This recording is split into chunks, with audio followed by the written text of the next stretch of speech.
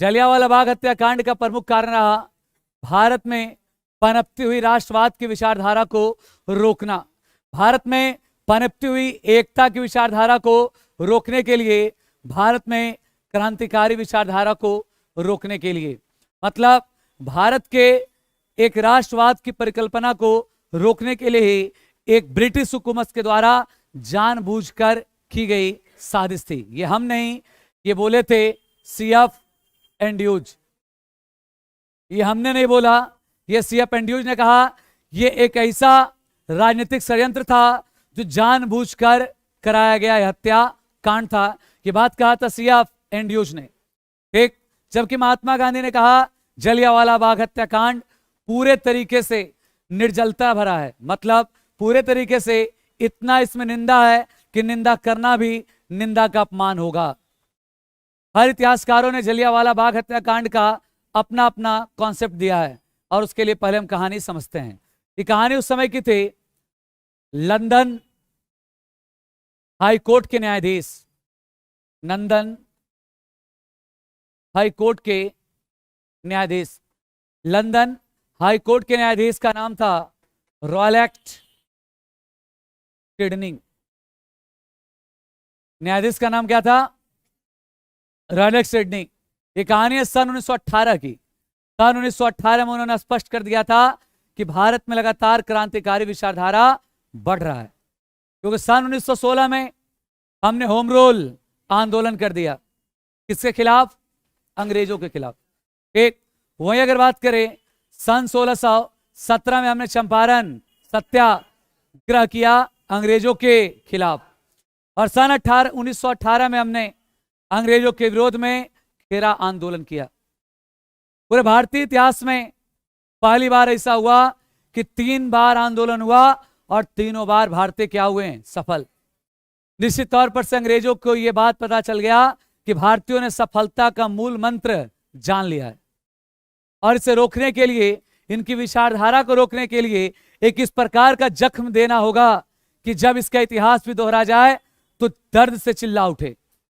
यही पूरे प्लान बना रहा था कौन? Sydney Rowlatt. कहानी है सन 1918 की, 1900 कितने की, और ये बात हो रहा है कहां पे? लंदन में, कि किस प्रकार ब्रिटिश साम्राज्य को भारत में जो स्थापित किया गया है उसे किस तरह तक हम आगे 100 सालों तक बनाए रखें। इसी कारण सिडनी रॉलेट ने सन 1919 में बोला हम एक बिल पारित करेंगे जिस बिल का नाम होगा रॉलेट एक्ट। क्या नाम होगा? Rowlatt act. लेकिन दोस्त, जब ये बैठक हुई तो उस बैठक को लीड कर रहा था जिस कमेटी का नाम था सेडिशन कमेटी।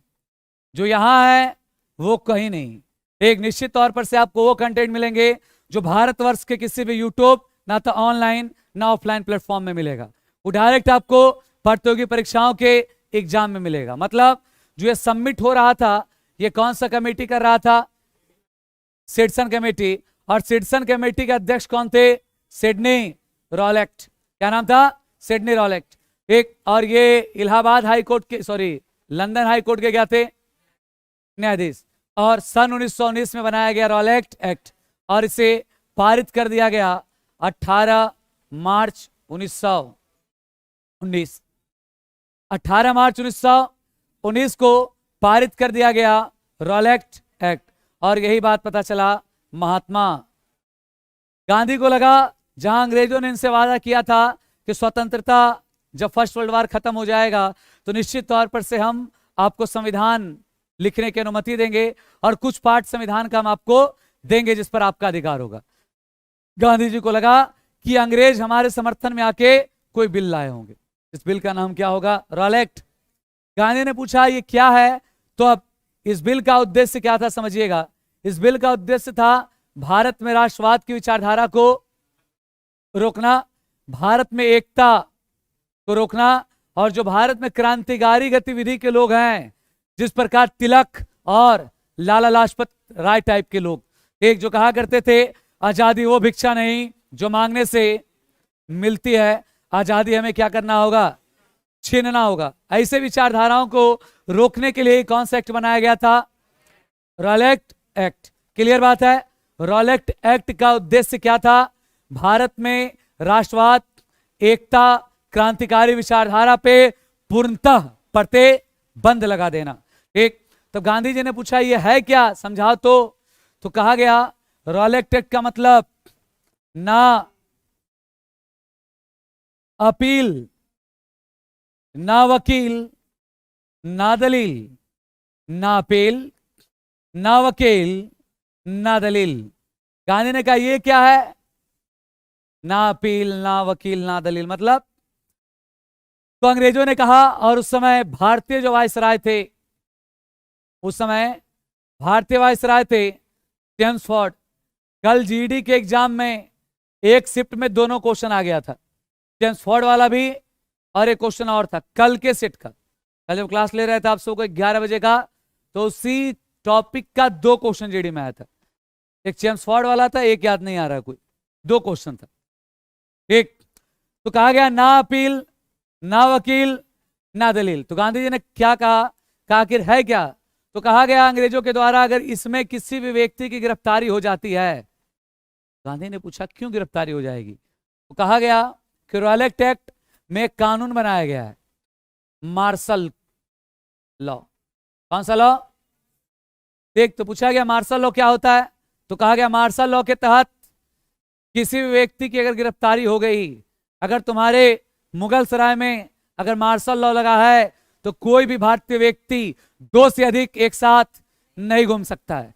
अगर आप घूमे तो आप मार्शल लॉ का क्या कर दिए? उल्लंघन।